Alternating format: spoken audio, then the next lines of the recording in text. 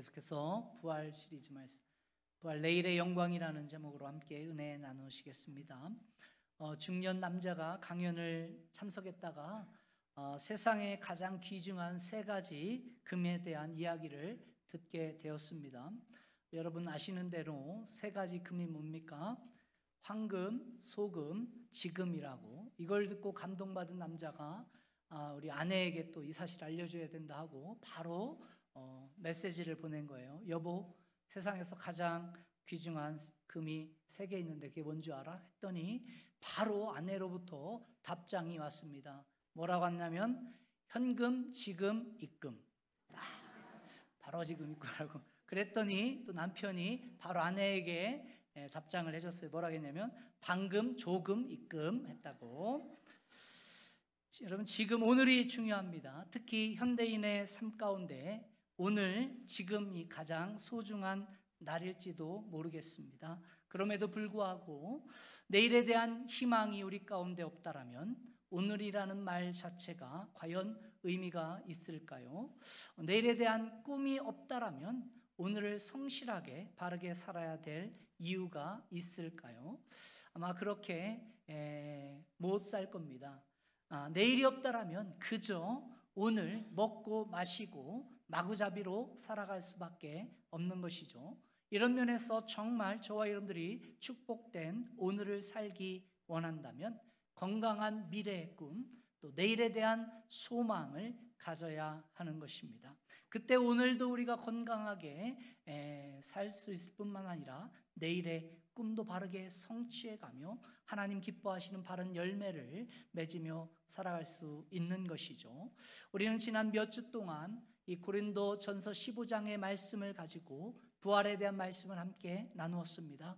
지난주에 우리가 부활이 없다라면 우리 크리스천의 삶은 믿음도 헛거고 또 복음 증거도 헛되고 미래 소망 없이 망하게 되고 영원히 죽은 자가 되고 가장 불쌍한 자가 된다라는 그런 사실과 함께, 그러나 예수 그리스도께서 다시 부활하셨다라는 거죠. 다시 살아나셨습니다. 그리고 지금도 살아 계시다라는 거죠. 그러나의 신앙, 이 부활의 신앙, 이 말씀을 선포했는데요. 오늘 같이 읽은 이 본문의 말씀은 이 부활의 영광을 믿는 자들이 가져야 할 그 삶의 자세에 대해 몇 가지 저와 여러분들에게 말씀해 주고 있습니다. 먼저 우리 28절 말씀을 같이 다시 한번 읽어보실까요? 28절입니다. 시작.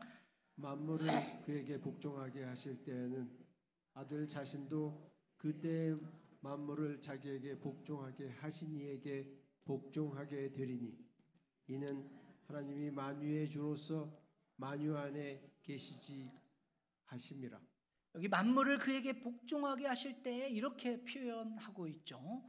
예수님께서는 만물을 자신에게 복종하실 때를 설정하셨는데 이 때가 언제라고 말할 수 있을까요? 바로 이때가 예수님께서 다시 오시고 인류 역사의 종말을 구하는 그때, 바로 재림의 때, 그날을 말하는 것입니다.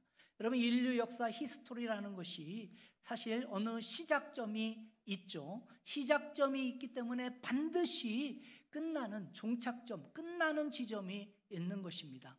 역사가 끝나는 그날이 오면 믿는 우리 성도들은 모두 영광스러운 그 부활의 몸을 입게 되는 것이죠. 그러나 반면에 믿지 않는 불신자들은 심판을 받게 된다라는 것입니다. 이것이 하나님께서 설정해 놓으신 종말의 플랜이다, 이렇게 말할 수 있는 것이죠. 만일의 경우 이와 같은 종말적인 사건이 없다라면 우리 인생이 이 땅의 것으로 모든 것이 끝난다라면, 그리고 우리 모든 성도들이 아무리 예수를 잘 믿고 열심히 전도해도 이 부활에 대한 소망과 비전이 없다라면, 그렇다면 여러분, 우리가 어떤 삶을 추구해야 될까? 소위 말해서 우리에게 부활이 없다라면, 미래에 대한 소망이 없다라면 어떤 삶을 살겠습니까?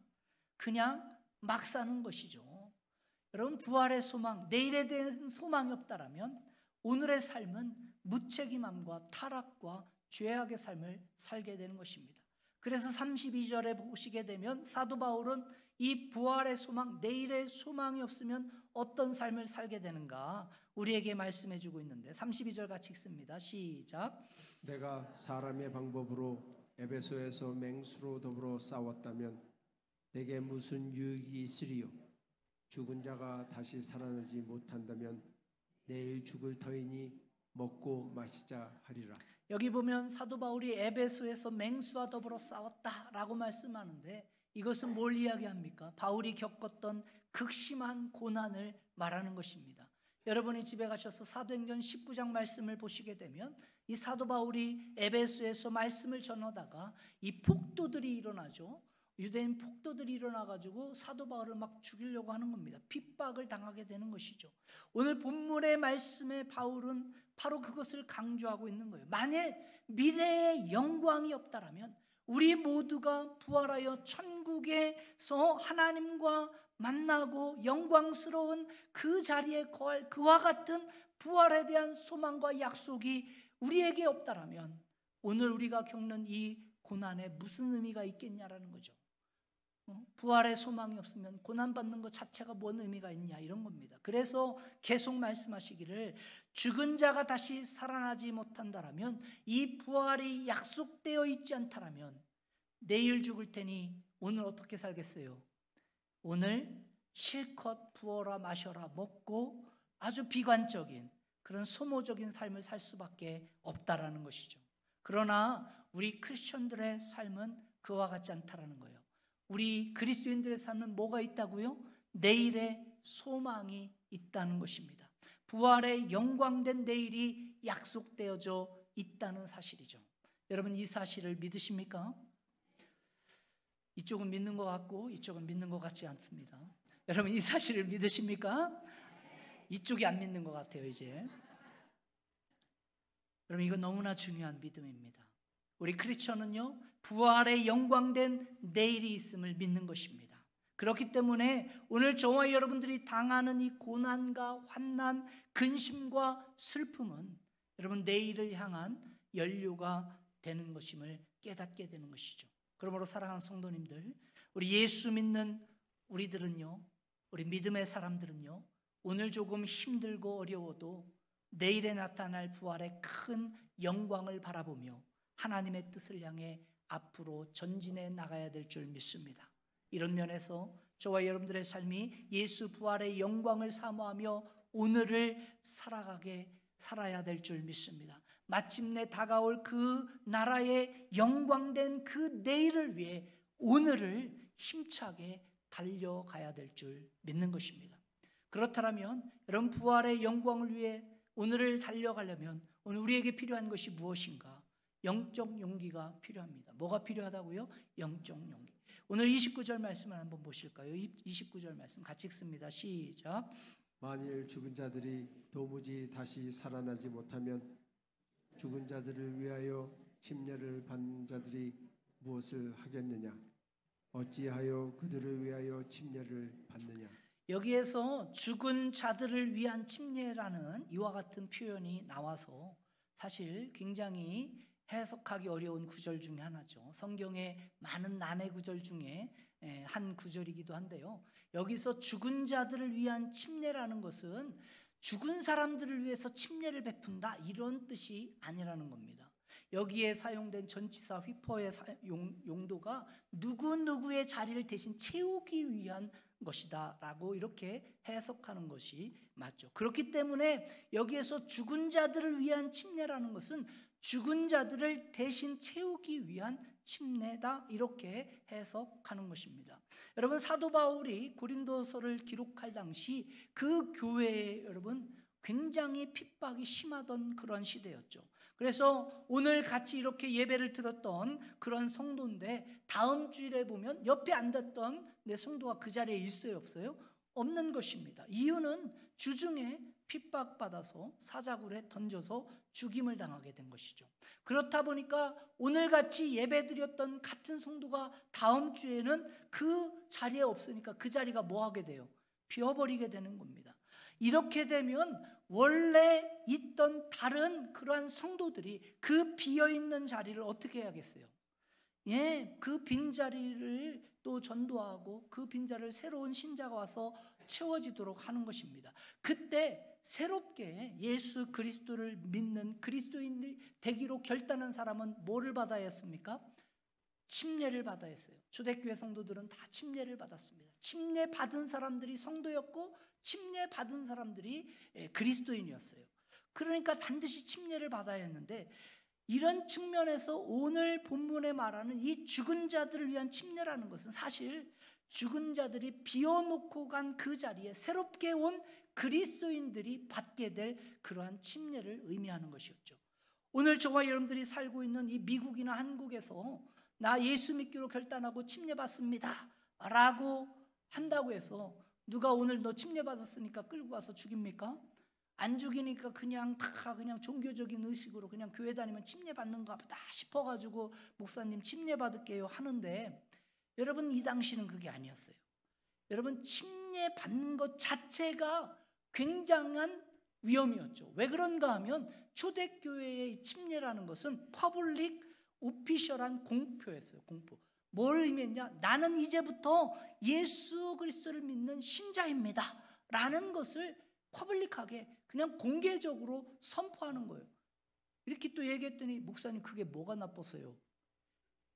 여러분 북한에 가가지고 한번 해보시고, 북한 가가지고 나 그리스도 믿어요 이렇게 한번 해보세요. 그 상황. 중국 가서 나 예수 믿는 사람입니다 라고 대놓고 한번 해보세요. 여러분 저기 모슬렘 국가 가가지고 한번 나 예수 믿는 사람이요 침례 받습니다 라고 한번 해보세요. 그게 쉬워요? 또 다 쉬운 것처럼 다들 선교 가서 순교하셔야겠네 막 표정들이. 그게 보통 일이 아니에요. 그 당시 침례가 그거였습니다. 왜 그런가 하면 내가 오늘 침례 받습니다 라고 공표하는 것은 오늘 나는 예수 그리스도를 믿는 신자입니다. 퍼블릭하게 공부합니다. 예수님이 나를 위해 십자가에 죽으시고 3일 만에 부활하신 살아계신 하나님이십니다. 나는 이 사실을 믿습니다.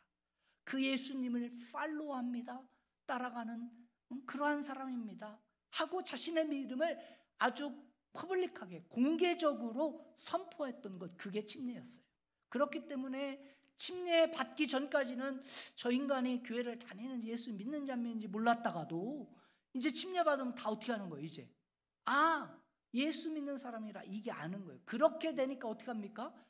그 즉시 바로 뭐가 되는 거예요? 이제 사자밥이 되는 거예요. 콜로세움에 끌려가가지고 원형검기장에 풀려가지고 몇 초 만에 죽냐 막 이런 게임에 죽게 되는 그리스도인들이, 어떤 기록을 보면요 로마 군인들이 아예 침례탕 앞에 딱 지키고 있대요. 그래서 침례 받고 나오는 즉시 바로 그냥 처형해보는 이와 같은 일도 있었다라는 기록도 있습니다. 그러므로 침례 받는다라고 하는 것은 퍼블릭하게 모든 사람 앞에서 내가 그리스도인이 된 사실을 뭐 하는 거예요? 공표하는 거죠. 그리고 그와 같은 신앙의 고백은요 내 목숨을 걸지 않으면 할 수 없는 굉장히 위험을 감수했던 그런 믿음의 결단이고 용기죠. 그렇기 때문에 이 믿음의 고백에는 뭐가 필요하냐? 용기가 있었어요. 자신에게 부과된 어떤 불의도 어떤 위험도 감수할 용기가 없으면 결단코 할 수 없었던 것이 침례였던 것입니다. 그런데 사도 바울은 오늘 말씀을 통해 만일 죽은 자의 부활이 없다라면 누가 이와 같은 위험을 무릅쓰고 침례받겠냐? 그럴 수 없다는 거예요. 그러면서 30절에 뭐라고 합니까? 같이 읽어보면 30절 시작. 또 어찌하여 우리가 언제나 위험을 무릅쓰리요?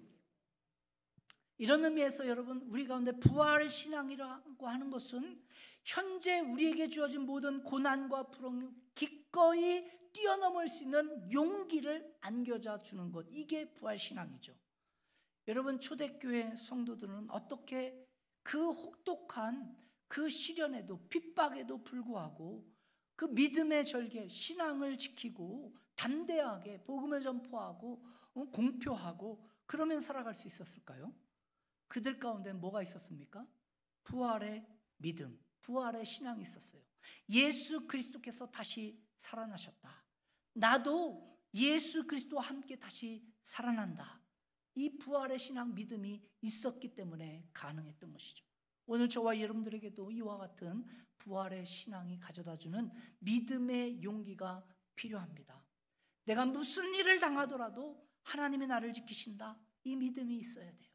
내가 어떠한 빼앗김이 있다 할지라도 주를 향한 나의 이 사랑, 나의 믿음은 누구도 빼앗을 수 없다. 이와 같은 믿음의 용기가 오늘 저와 여러분들 가운데 필요한 거예요.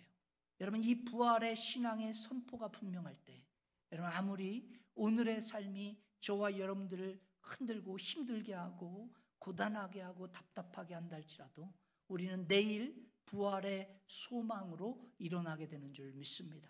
사랑하는 성도님들, 우리가 악한 이 세상을 이기려면요, 부활의 신앙이 가져다주는 이 믿음의 용기 가지고 살아셔야 돼요. 이 부활의 신앙이 가져다주는 이 믿음의 용기를 가진 사람들만이 설사 현재적 저와 여러분들의 삶 가운데 고난이 있고 질병이 닥쳐오고 환난이 오고 어려움이 있고 문제가 온다 할지라도 거기에 굴복하지 않는 것이죠. 내 안에 계신 그 부활의 주님이 뭐하심을 확신하기 때문에, 마침내 승리하게 하심을 확신하기 때문에, 믿기 때문에, 그리고 그 하나님의 사랑, 나를 향한 그 하나님의 사랑은 결단코 변하지 않는다는 사실을 내가 뭐하기 때문에, 확신하기 때문에, 그것이 확실하고 분명하면요, 오늘 우리가 무슨 일을 당한다 할지라도 우리는 무너지지 않는 것입니다. 오늘 여러분의 삶 가운데 정말 말 못할 사연을 갖고 계신 분 많을 것입니다. 누구에게도 고백할 수 없는, 누구도에게도 알릴 수 없는 그와 같은 아픔을 가진 분들 있을 거예요. 그러나 여러분, 부활하신 예수님 여러분의 편인 줄 믿으시기 바랍니다. 항상 여러분 편에 서서 도와주시고 여러분 편이 되어주시고 여러분 다시 일으켜 세워주신 살아계신 그 능력의 하나님임을 믿습니다. 그분을 신뢰할 때, 그 부활의 신앙을 붙잡고 우리가 내일을 향해 달려가 나갈 때, 오늘도 저와 여러분들의 삶 가운데 부활하신 그 하나님의 역사하심과 능력이 경험되고 증거되는 줄 믿습니다. 우리가 한 걸음 더 나아가서 부활의 영광을 위해 달려나가려면 오늘 우리에게 필요한 것은요, 자기 부인이 필요해요. 뭐가 필요하다고요? 자기 부인. 31절 말씀 보시면 사도 바울이 일평생 이끌었던 위대한 고백 하나가 소개되는데 같이 읽습니다. 31절 시작. 형제들아, 내가 그리스도 예수 우리 주 안에서 가진 바 너희에 대한 나의 자랑을 두고 단언하노니 나는 날마다 죽노라. 여기서 나는 날마다 죽노라, 이게 현재형입니다. 현재형의 의미는 계속이라는 거예요. 어제 죽었으니까 끝난 게 아니라 오늘도 뭐 한다는 거예요? 죽는다는 거예요. 매일매일 죽는 것이죠. 마틴 루터가 그래서 이 본문을 다음과 같이 번역한 적이 있어요. 나는 매일 침례받는다. 여러분, 무슨 뜻입니까? 침례는 물속에 장사 지내는 거죠. 잠기는 겁니다. 그것은 뭐예요? 나의 모든 자아가 잠겨 죽는 거예요. 이런 의미에서 이 마틴 루터도 자기 속에 일어나는 그와 같은 정욕들, 욕망들, 그런 것들이 일어날 때, 죄악된 생각들이 일어날 때마다 매일마다 뭐 했다는 거예요? 나는 매일마다 죽는다, 침례지는다. 나의 모든 생각과 정욕과 나의 욕망을 다 십자가에 뭐 하는 거예요? 장사 지내는 거죠. 잠그는, 그렇게 고백하는 겁니다. 왜 우리가 부활의 영광을 위해 달려나가려면 우리 자신이 죽어야 할까요? 매일매일 왜 우리가 죽어야 할까요? 우리 자아가 왜 죽어야 할까요? 우리가 죽을 때 내 안에 누가 사시기 때문에? 그리스도께서 살 수 있기 때문에. 내가 살아있는데 어떻게 그리스도께서 살아가십니까? 오늘 우리가 부활의 능력을 경험하지 못하고요, 부활의 영광 가운데 살지 못하는 가로막는 가장 큰 장애물 중에 하나가 뭐냐? 그게 바로 나예요. 나 자신, 우리 셀프. 나의 불신함, 나의 교만함, 나의 죄악됨, 나의 자랑, 나의 욕망, 이것이 부활의 주님을 가로막고 있는 것이죠. 그런데 만일 나 자신을 장사 지내고 나를 십자가에 못 박게 되면 그때 비로소 누가 사셔요? 우리를 통해 예수 그리스도가 사시는 거예요. 그때 예수 그리스도가 일하기 시작하시는 거죠. 이때 진정한 차원의 능력이 드러나게 되고 참된 변화가 저와 여러분들의 삶 가운데 일어나는 것입니다. 저와 여러분들이 자꾸 누구를 내세우기 때문에 나를 내세우고 내 힘과 내 능력과 내 의지와 내 생각, 그만큼 여러분이 여러분을 드러내는 만큼 누가 죽어요? 예수 그리스도 부활의 능력은 감소되는 거예요. 저와 여러분들이 나를 죽이는 만큼 부활의 능력이 나를 통해 드러나게 되는 줄 믿습니다. 이런 면에서 오늘 저와 여러분들이 자꾸 나를 높이고 나를 자랑하고 나를 이야기하고 내가 이랬는데 내가 뭐 했는데 내가 이랬는데 목사님 그럴 수가 있어요? 내가 이랬는데 교회가 나한테 이렇게 취급할 수 있어요? 여러분 자꾸 나를 말하는 순간 누가 죽어요? 예수 그리스도가 죽어요. 그러니까 여러분 믿음이 떨어지는 거예요. 여러분 신앙생활을 오래 했다고 하고 뭐 믿음이 좋다고 하는데요, 여러분들의 워딩을 한번 살펴보세요. 다 뭐예요? 다 어떻게들 하셨어? 알기는 그냥 부진장하시는데 설교를 지금 12년 동안 하고 있는데 그게 중요해요. 그래서 여러분 참 성도는 누가 빠져야 돼? 자꾸 내가 빠지는 거예요. 내가 아니라 누가? 주님이. 오늘부터 지켜볼게요. 다시 여러분 가운데 혹시 여러분의 능력으로 감당할 수 없는 그런 일들이 없다라면 이제 여러분들을 포기하고 누구를 드러내야 돼요? 예, 주님 드러낼 때, 주님 붙잡고 나갈 때 주님이 역사하고 일하시는 줄 믿습니다. 마지막으로 부활의 영광을 위해 달려나갈 우리에게 필요한 것은요, 거룩한 삶을 필요합니다. 우리가 우리 자신을 죽은 이후에 그것만으로 끝나면 안 됩니다. 물속에 잠긴 것으로 끝나면 안 돼요. 뭐 해야 돼요 이제? 예, 다시 일어나셔야 돼요. 물속에서 나와야 됩니다. 올라와야 돼요. 성령 받고 예수님께서 그렇게 하신 것처럼 거룩한 삶의 열매를 맺으며 달려나가야 돼요. 오늘 33절 34절 같이 한번 읽어볼까요? 시작. 속지 말라. 악한 동무들은 선한 행실을 더럽히나니 깨어 의를 행하고 죄를 짓지 말라. 하나님을 알지 못하는 자가 있기로 내가 너희를 부끄럽게 하기 위하여 말하노라. 여기서 동무라고 하니까 혹시 이게 북한 말인가? 아닙니다. 여기서 동무들은 나와 함께 동행하는 사람들을 이야기하는 거예요. 여러분은 어떤 동무들과 함께 여러분 지내고 계십니까? 여러분이 어떤 동무들과 어울린가를 여러분 살펴보면 여러분의 삶을 보게 되는 거예요. 예를 들면 여러분의 동무들이, 여러분들이 함께 모여서 하는 분들이, 동무들이 매일 산에 올라가서 부어라 마셔라 땡겨라 막 이러고 있다. 그러면 여러분도 그런 삶을 살고 있는. 아니 목사님 저는 아닌데요. 뭐 저기 뭐 아니긴 뭐 개코가 아니에요. 다 똑같이. 여러분이 그런 사람과 어울리고 그런 사람이 동무라면 그런 삶을 살고 있는 거예요. 여러분이 악한 친구들과 같이 보내면요, 여러분도 모르는 순간에 뭐가 되는 거예요? 그래요. 근데 여러분 기도하는 사람, 예배의 자리 찾는 사람, 이런 사람과 가까이 하면 어떻게 되겠어요? 나도 모르는 새에 그런 거예요. 그렇게 되는 거예요. 기도할 줄도 모르는데 기도하는 사람 와가지고 새벽에 있고 여기 앉아 있으면 졸다가도 뭐 해야 돼? 그냥 기도하게 되는 거예요. 예배 자리에 막 모르는데 그냥 어떻게 하다 그냥 와서 그냥 예배 드리다 보면 어느 순간에 또 그냥 성령님이 그냥 때려가지고 막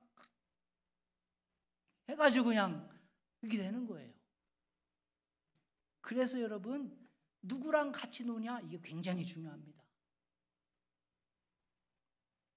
그래서 여러분들이요 어느 자리에 자꾸 예배 자리, 기도 자리 있어야 돼요. 여러분이 복음을 사랑하는 사람과 같은 시간을 많이 보낸다. 그럼 여러분도 뭘 하게 되겠어요? 당연히 복음을 사랑하는 사람. 그럼 그와 같은 인생을 살아갈 수 있는 거죠. 그럼 오늘 저와 여러분들이요 부활의 영광을 위한 크리스천 삶 살기 원한다면 여러분 세상과 합하고 막 세상의 악에 막 완전히 막 압도돼가지고 막 어찌할 뻔 그와 같은 무리 속에 있으면 안 돼요. 예수 그리스도와 함께 가고요 거룩한 삶으로 하나님의 믿음의 자리로 나와야 될 줄 믿습니다. 그래서 오늘 바울이 뭐라고 권면합니까? 34절에 보니까 34절 같이 읽습니다. 시작. 깨어 의를 행하고 죄를 짓지 말라. 하나님을 알지 못하는 자가 있기로 내가 너희를 부끄럽게 하기 위하여 말하노라. 여기서 깨어 의를 행하고 죄를 짓지 말라. 바울이 권면하는데 여러분 여기서 깨라는 것이 잠에서 깨라 이런 뉘앙스보다는요, 술 취한 곳에서 깨어라 이런 뉘앙스가 더 강합니다. 왜 그런가 하면요, 여러분 술 취하는 것은 뭐예요? 정신이 뭐 하게 되는 거예요? 혼미해지는 거예요. 뭔가에 이렇게 완전히 압도당해가지고 정신이 혼미해지는 거잖아요.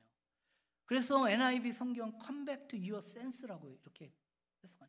너의 원래 상태의 센스로 다시 돌아오라는 거예요. 너가 원래 그러한 유의 센스를 가질 사람이 아닌데 지금 세상이라는 술에 완전히 뭐했기 때문에 취해가지고 혼미했기 때문에 지금 엉뚱한 센스로 지금 돌아간다라는 거예요. 그래서 깨어나라는 거예요. 거기에서 돌아오라는 거예요. 여러분 오늘 이 시대를 살아가는 많은 그리스도인들이요, 혼미한 세상의 술에 취해 있잖아요. 그러니까 헤맵니다. 세상의 술에 취했다 보니까 정확한 삶의 디렉션을 정확하게 받지 못하는 거예요. 이것도 맞는 것 같고 저것도 맞는 것 같고 뭐 이것도 괜찮은 것 같고 저것도 괜찮은 것 같고 막 하다 보니까 그냥 헷갈려. 막 이렇게 하다가 이렇게 넘어지잖아요. 여러분 이와 같은 우리들을 향해서 사도 바울이요 뭐 하라고 말씀해요? 지금 깨어라, 웨이크업 하라는 거예요. 너희들의 삶을 의로운 삶으로 거룩한 삶으로 돌아와라 말씀하고 있는 거예요. 오늘 저와 여러분들의 삶은 우리가 현재 오늘이라는 현세적인 이 땅의 삶도 분명히 있습니다. 그러나 저와 여러분들의 삶은 부활하신 그 주님의 영광스러운 그 재림을 맞이하게 될 미래적인 삶도 분명히 존재하는 줄 믿습니다. 분명 저와 여러분들의 삶 가운데는요, 오늘 당장 내가 먹고 살아야 될 문제, 세상과 어울려 살면서 정말 해결해야 될 세상의 현재적인 그런 삶의 현실도 우리에게 마땅히 있죠. 그러나 동시에 저와 여러분들의 삶 가운데는 더 높은 차원의 또 다른 세상이 존재함을 믿습니다. 바로 하나님 나라예요. 하나님이 다스리시고 운행하시는 하나님 나라. 우리가 이 하나님 나라를 추구하는 삶을 살아갈 때 우리는 바른 내일을 향해 달려나갈 수 있는 것입니다. 오늘 여러분의 마음의 중심 가운데 하나님 나라를 향한 더 높은 차원의 비전을 품고 소망을 품고 오늘 나에게 주어진 그러한 현재의 삶을 감당할 때요, 하나님의 영광을 위한 바른 열매를 맺을 수 있는 거예요. 오늘 여러분의 마음의 시선이 지금 어디를 향하고 있습니까? 여러분의 시선이 이 땅만을 향하고 있다라면, 오늘 우리가 이 땅만을 향한 삶을 살아간다라면 우리에게 남길 참된 삶의 열매는 없는 것이죠. 그러나 만일 여러분의 마음의 눈을 하나님 나라를 향하고 다시 오실 재림의 주님을 향해서 오늘을 살아간다라면, 여러분 우리는 그냥 오늘 우리에게 주어진 삶을 그냥 가볍게 살 수 없어요. 그냥 먹고 흥청망청 하는데 여러분의 삶을 허비할 수 없는 거예요. 왜? 저와 여러분들의 삶 가운데 뭐가 있기 때문에? 내일이 있기 때문에. 하나님 나라라는 내일의 소망이 보이는데 어떻게 오늘을 그냥 살아갑니까? 여러분 우리의 시선이 하나님 나라를 향하고 다시 오실 주님을 향하게 되면 여러분 우리는 위대하고 찬란한 하나님 나라의 차원의 영광된 그 부활의 소망, 내일의 소망, 그 열매를 맺으며 오늘을 살아낼 줄 믿습니다. 언젠가 제가 소개해드렸는데 서서평이라는 선교사님에 대한 이야기입니다. 이분의 영화도 있는데 이분의 원래 이름은요 엘리자베스 조안나 셰핑이라는 독일계 미국인 간호사였습니다. 이분이 간호사 일을 하던 중에 조선 땅에 의료진이 필요하다는 소식을 듣고요, 미혼의 몸으로 한국 땅에 오셔서 결혼도 하지 않으신 채 1934년까지 무려 23년 동안 조선에 고통당하는 이들을 위해 사역을 하셨습니다. 보리밥에 된장국 먹으면서 남자들이나 신고 다닐 검정고무신을 신고 다니시면서 미혼모 돌보고 고아들을 돌보고 가난한 자, 병든 자들 돌보고 심지어 나환자들을 돌보다가 이분이요 영양실조로 세상을 떠나시게 됩니다. 먹지 못해서 세상을 떠난 거예요. 사실 이분이 떠나시면서 남긴 것이 뭔지 아십니까? 세상적인 안목으로 볼 때는 정말 너무나 초라하고 보잘것없는 담요 반장, 강냉이 가루 2통, 그리고 동전 7개를 남기셨대요. 여러분 세상의 가치를 본다면 이처럼 초라하고 이처럼 보잘것없는 유산이 어디 있겠습니까? 그러나 하나님 나라의 관점에서 볼 때요, 여러분 이것만큼 존귀한 열매가 있을까요? 왜냐하면요, 이분은 생명을 남기고 가잖아요. 14명의 고아들 양자로 삼고요, 38명의 과부를 돌보셨어요. 이분이 돌아가신 후에 베개 밑에 메모지 하나가 발견됐는데 다음과 같은 글귀가 적혀 있었습니다. 진정한 삶은 성공이 아니라 섬김이다. Not success, but service다. 내가 이 땅을 살아가는 목적은 세상에서 화려한 성공자가 되는 게 아니라 이 세상 가운데 하나님 나라를 위해 섬기는 자가 되는 것이다. 여러분, 이것이 그분을 일평생 마음에 품고 살아간 것이죠. 그 결과 하나님 가장 기뻐하시는 영광된 열매를 남기게 된 줄 믿습니다. 오늘 저와 여러분들의 삶에 남겨질 열매는 무엇입니까? 또 오늘 저와 여러분들의 오늘의 삶을 통해 여러분들이 남기고 있는 열매는 무엇입니까? 오늘 여러분께서 모든 에너지와 모든 물질과 모든 시간을 이 땅의 삶을 위해서, 이것을 위해서 투자하고 살아가신다면 진정 남길 것은 많지 않습니다. 세상의 영광, 세상의 부귀 아무리 아름다워 보이지만 여러분 풀과 꽃과 같이 시들어버리고 떨어질 것이죠. 그렇기 때문에 사랑하는 성도님들, 이 땅에 여러분들의 인생을 걸어서는 안 되는 것이죠. 우리 모두는 이 땅에 살고 있지만 우리가 진정으로 속한 땅은 어떤 땅이에요? 하나님 나라인 줄 믿습니다. 천국. 우리 모든 시선과 우리의 모든 관점을 열어서 하나님 나라를 향해 바라볼 때 우리 하나님 나라의 시민으로 오늘을 살아내는 줄 믿습니다. 그러므로 사랑하는 성도님들, 여러분들에게 남겨진 이 인생의 여정을 걸어가실 때 이제 혼자 걷는다 생각하지 마시고 부활하신 주님과 함께 달려가시길 주님 간절히 축원드립니다.